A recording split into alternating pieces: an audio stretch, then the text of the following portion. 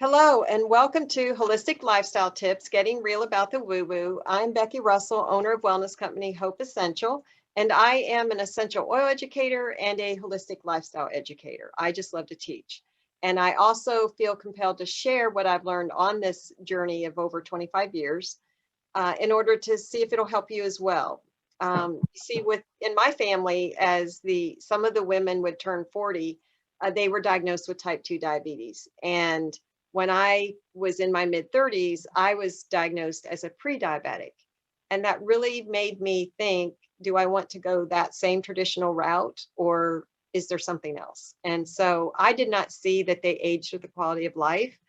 And they also left us too soon. So I chose the holistic route.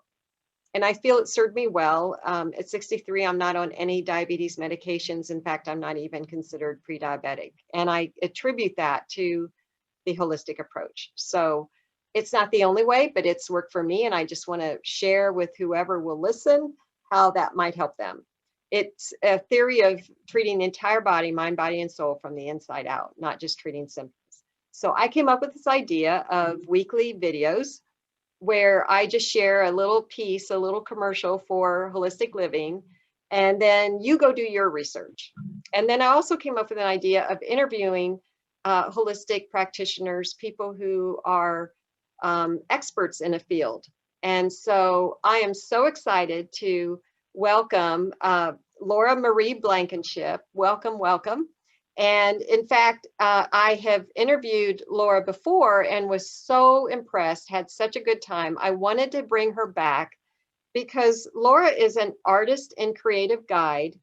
And during our previous video, she talked about that people can commission art from her. And we didn't have time to go into that. And I really want to learn more about that. So Laura, welcome back. And tell us just a little bit about what you do, and then more about this, what that is, how people commission art from you.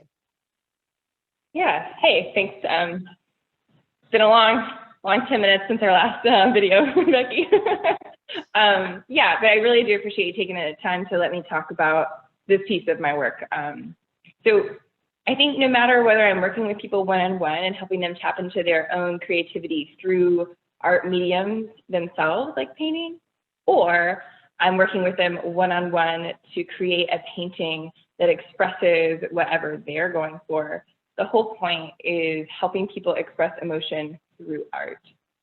Most of my clients have been women, and many are men too, but I was looking today, and gosh, about 3 out of 4 commissions that I receive are from women. Oftentimes, not always, but oftentimes it's as a gift. So you were asking me earlier before we started recording, well, we were talking about like how this could have anything to do with holistic wellness. Like, yes, the first step, if you want to feel good about yourself and feel good in your body, is hire a painter, you know. No, probably not. I mean, maybe, you know, and if you are working on expressing authenticity and what's real for you, and if you're not interested in something that's cookie cutter, be it for yourself. Like I have women come to me who want a beautiful statement piece for their home. They traditionally like worked really hard. They're in probably like the mid to later stages of their working career, have really built something for themselves. They have a beautiful house that they care a lot about. It may not be big, but it is their space, and they are ready to put up something that expresses them and who they really are. I'm getting emotional. Yeah, it's really special, and it's so honoring that they come to me for that. So yeah, it's really an honor to be able to do that. So that lives on in their homes, and that's a part of you that lives on. That's really cool.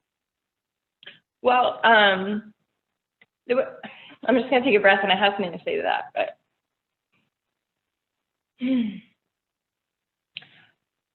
What's really beautiful about really any creative expression, and I view at least painting for myself, is it enables us to tap into these deeper,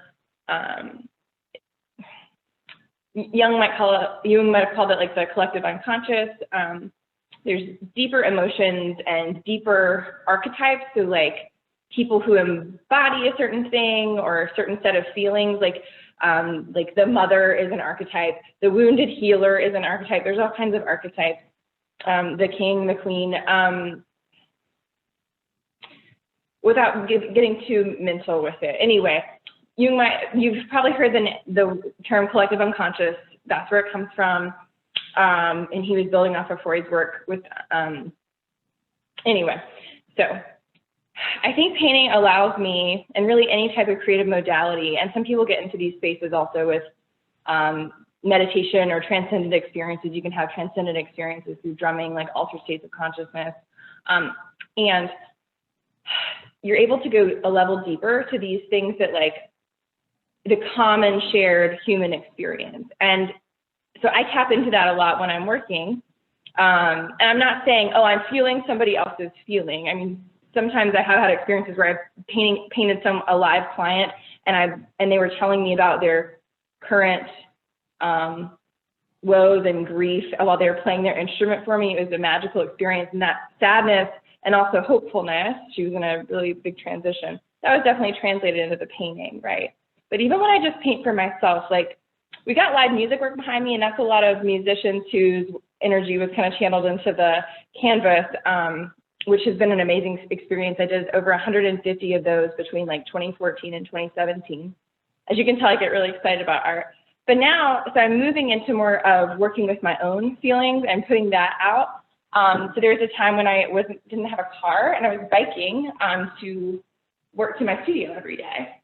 And it was a road that a lot of people bike on, and a lot of cars drive fast on it too, and it could be a little unsafe. And so, potentially, this is the blue heron that was watching over me in my perception while I was biking. And so it's called,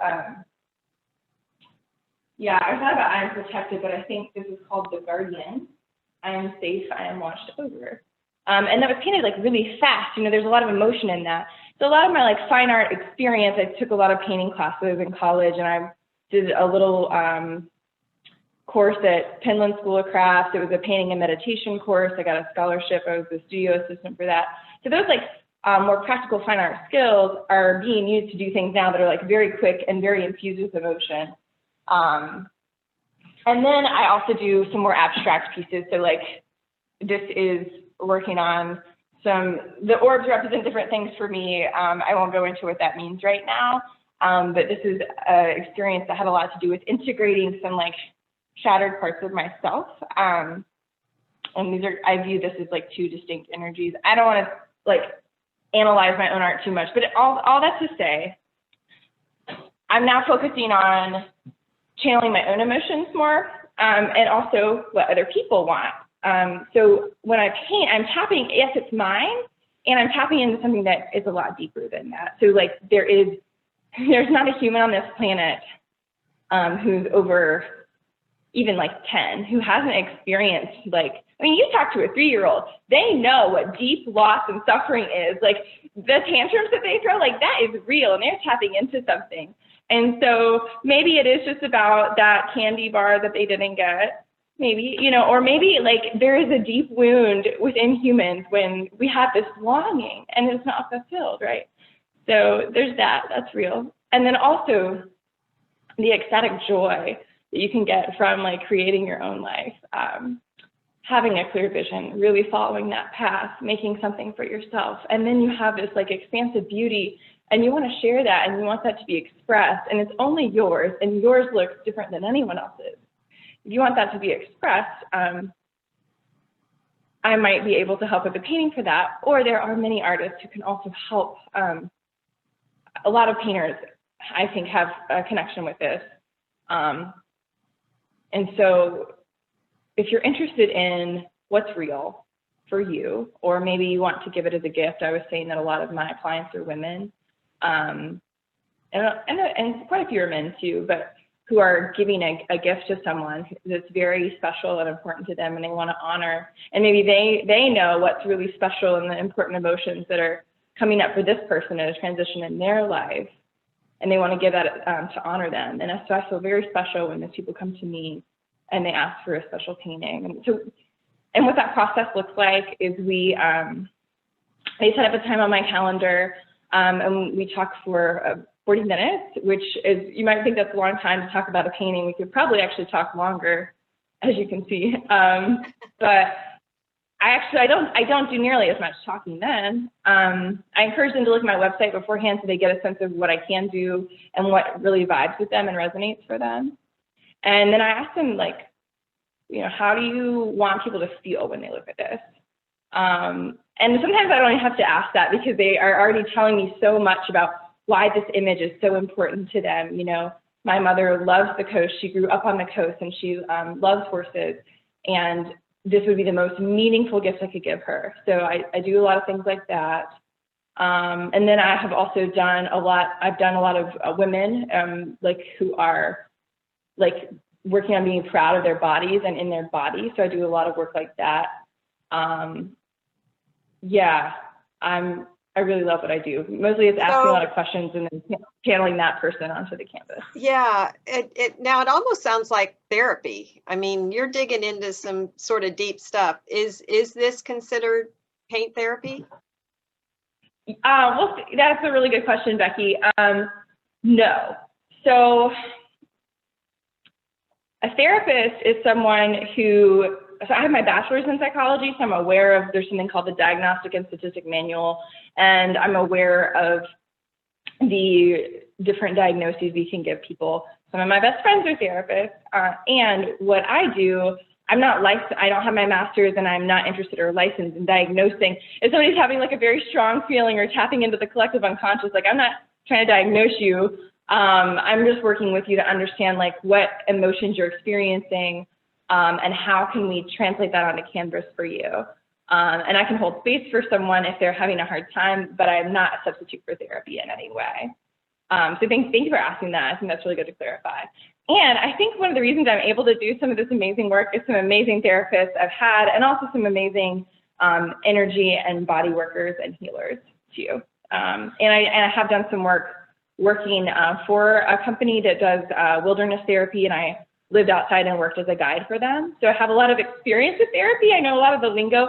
I'm not a therapist, so I'm wanting to help people express emotions through. But all that experience has to be so helpful in what you're doing. It's not the thing, but it's helpful in the background to.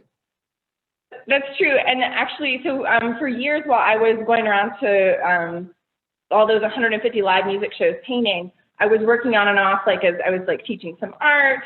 I taught in public school for a little bit as a long-term sub for somebody, so for 7 weeks, and then I was waiting tables for a time. So I've spent a lot of time working with people, and I feel like, but people would ask me like, how are you using your psychology degree? And I'm like, oh, I use it every day.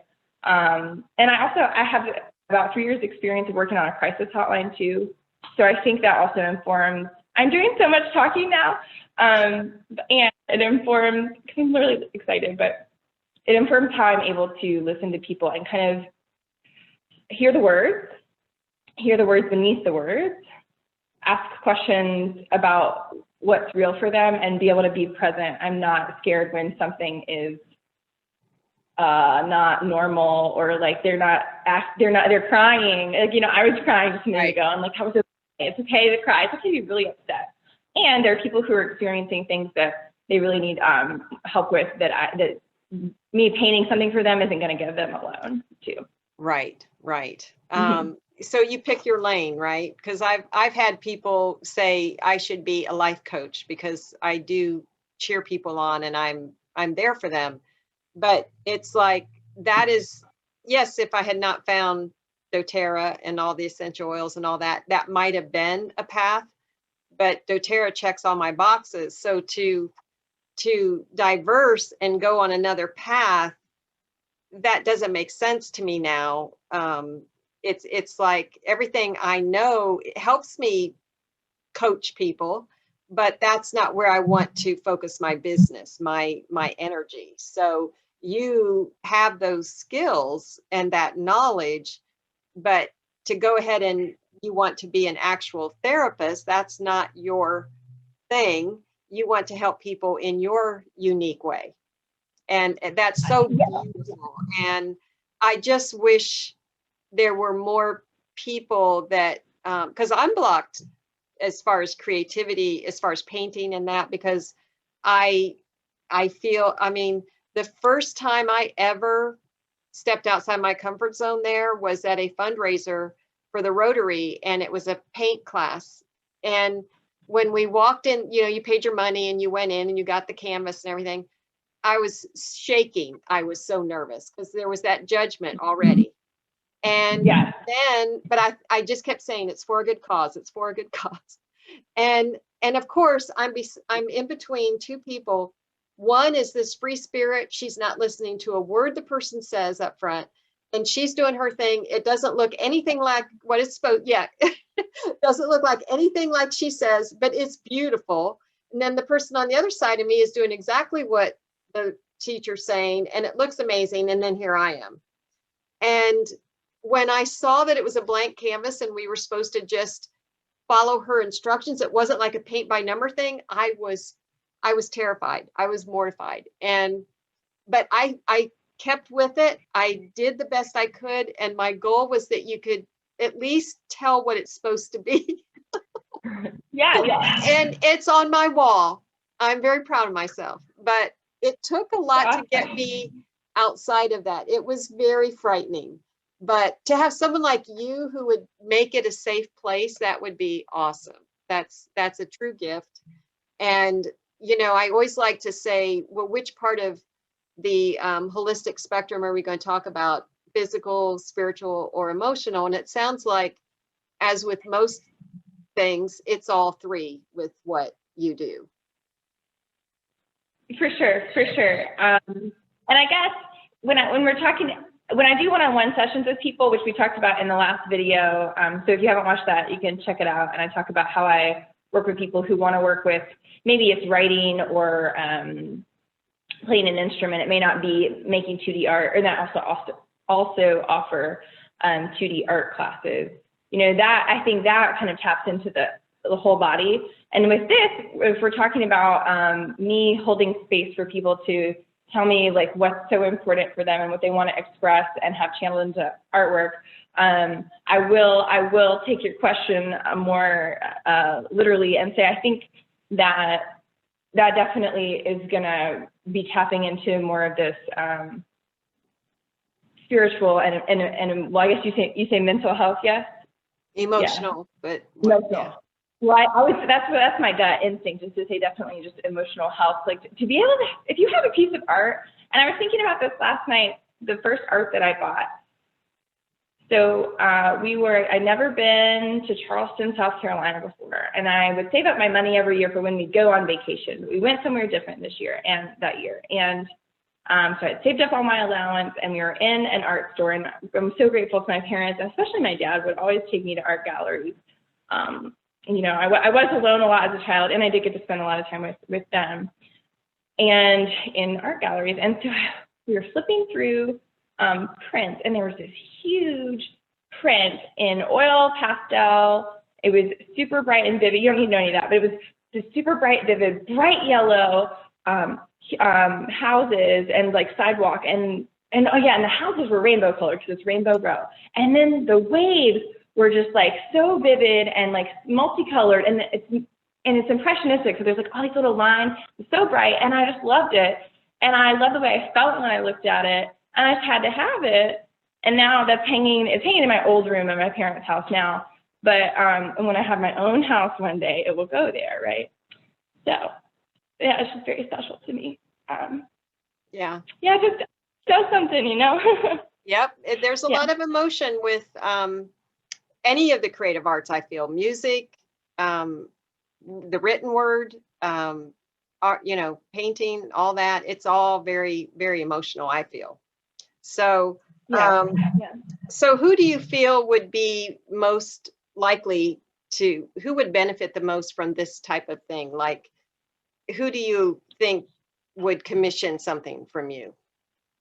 Yeah, it's people who are ready to invest in their own unique vision of what's beautiful and what brings them alive and what they resonate with. Usually it's, for commissioned work, it's usually people who, not always, but often people who already have their own house or their wall space that they are really decorating and claiming as a space for them. I get a lot of people who have like maybe a sacred space in their house that they're working on.